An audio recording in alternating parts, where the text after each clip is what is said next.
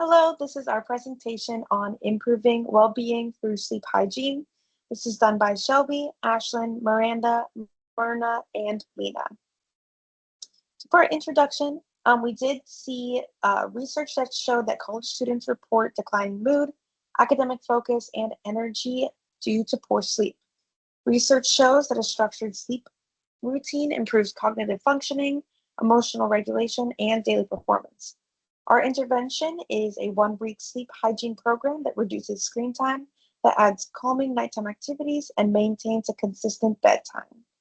All of our participants were asked to track sleep quality using the PSQI, daily mood, and academic focus to measure behavior changes. This experiment is grounded in behavioral psychology, habit formation, self-monitoring, and environmental modification concepts from our class. Our goal was to demonstrate that small, intentional nightly changes can meaningfully improve overall well-being. Lastly, our hypothesis was following sleep hygiene changes will lead to better sleep, improved mood, and stronger academic focus. So we use the PERMA and the Pittsburgh Sleep Quality Index, or the PSQI, to measure changes in sleep quality. We had the participants take the PERMA once at the start and once at the end of the study, and this measures levels of positive affect, negative affect, and accomplishment. The PSQI was also taken every other day, and this measures quality of sleep by asking how often negative things happen that impact their sleep over the past week. It also measures things like what time they went to bed, how long it took them to fall asleep, different things like that. Next slide. Okay, so at the start of the week before they started implementing these sleep hygiene exercises, all the participants took the PERMA and the PSQI to get a baseline measurement. The PERMA was then taken on the 14th, which was the first day, and then the 21st, which was the last day. The PSQI was taken on the first day, the 14th, and then also on the 17th, 19th, and 21st, which again, the 21st was the last day. The PSQI helped participants document their bedtimes, show how much sleep they got, how long it took them to fall asleep, and what time they woke up in the morning. Next slide. So as you can see, everyone except for one of my participants did experience overall improvements. The one participant that did not, they were having other stressors during their week, like schoolwork. Next slide. And then this is just an example of what my participants added and answered for their questionnaire. This is for the PSQI. And you can just see the bedtimes, how long it took them to fall asleep, and then how many negative things impacted their sleep and how often in the week it impacted them. Next slide. Okay, so Mina's findings we all did see a general increase throughout her participants for the week. This was for her PERMA scale. We do see a general increase in all of her participants. Following with the PSQI, again, we do kind of see a general trend of all of our participants numbers increasing throughout the week when they were implementing these sleep activities.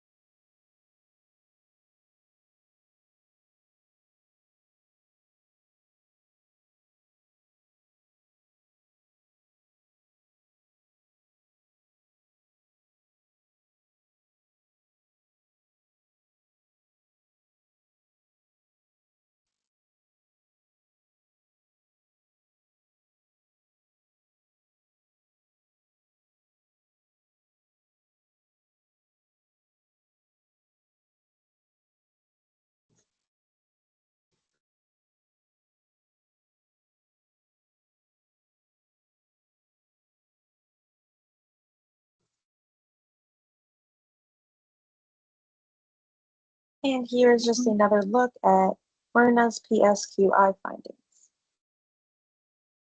Now we have my findings for the PERMA scale.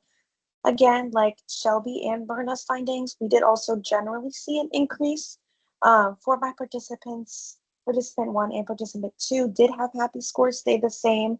However, they did report to me that they were generally feeling better. For my PSQI, similarly, again, an increase in all of my participants' findings. I also did have my participants fill out a mood chart. Throughout the week, we do see a general increase in happiness towards the end of the week and a decrease in tiredness from the beginning. Here we also do have my participant 2, for example, started to get more excited throughout the week just because generally my participant was feeling better. For my findings, for PERMA findings, I also found that there was a general increase in relative happiness and lower, for the more negative scores, they all lowered or relatively stayed the same for each and every one. Yeah, everyone seemed that they were doing great. I will say participant 2 does use sleep medication because she has a disorder or some sort that makes her twitch in her sleep, so it finds hard to go to bed. But when she does, she is fine. Next slide. These are my PSQI results. A lot of the changes weren't very big, but by the end, there was a definite difference in between each and every one. The global PSQI definitely changed from beginning and end for each and every one of my participants. And it shows that although it's very small differences made in their sleep, it proved to be better. Next slide. For our overall PERMA results, we found that there was much higher, maybe not much higher, but there was differences made in each and every score. The one that made the most for lowering was the loneliness score, which was good to see. Shows that with more sleep and better hygiene in their sleep patterns, it showed that they maybe felt less lonely or were more active in their relationships. We did see a positive increase in the negative affect score, but it may have been due to stress of upcoming tests or projects being due. Next slide. For overall PSQI results, we also found that there was a slight increase in between each and every one, and also what mattered most was the reduction overall in any sleep disturbances or dysfunctions that may be seen during the day. Next slide. Okay, so for our discussion, in general, our PERMA, we did observe small improvements across the board, suggesting that better sleep hygiene, like consistent bedtimes, less screen time, and calming pre-bed routines can boost happiness and sleep quality. However, there was a slight rise in negative feelings, likely due to stress from upcoming college finals. Over the week, for the PSQI, we did see gradual improvements in sleep. Participants reported falling asleep faster, feeling less tired throughout the day, and an overall better sleep quality. The global PSQI score dropped from 7.78 to 5.56, showing that even small step sleep hygiene changes, such as adjusting screen time or bedtime routines, can make a real difference. While some measures fluctuated, the overall trend was towards better sleep. And what we would change if we were doing this study again, we would make it longer. We were only able to do it for 1 week, just with the length of the assignment. But in the future, we would probably do this for at least a month. We would also have more participants. The more participants you have, the more diversity you have, and the more applicable the results can be to everyone. We only had 15 this time. You would probably want closer to 100 or more if we were to do this again. And we would also want to keep the tests simpler. Some of the tests were a little bit long, and we would want them to be simpler and ask less in-depth questions.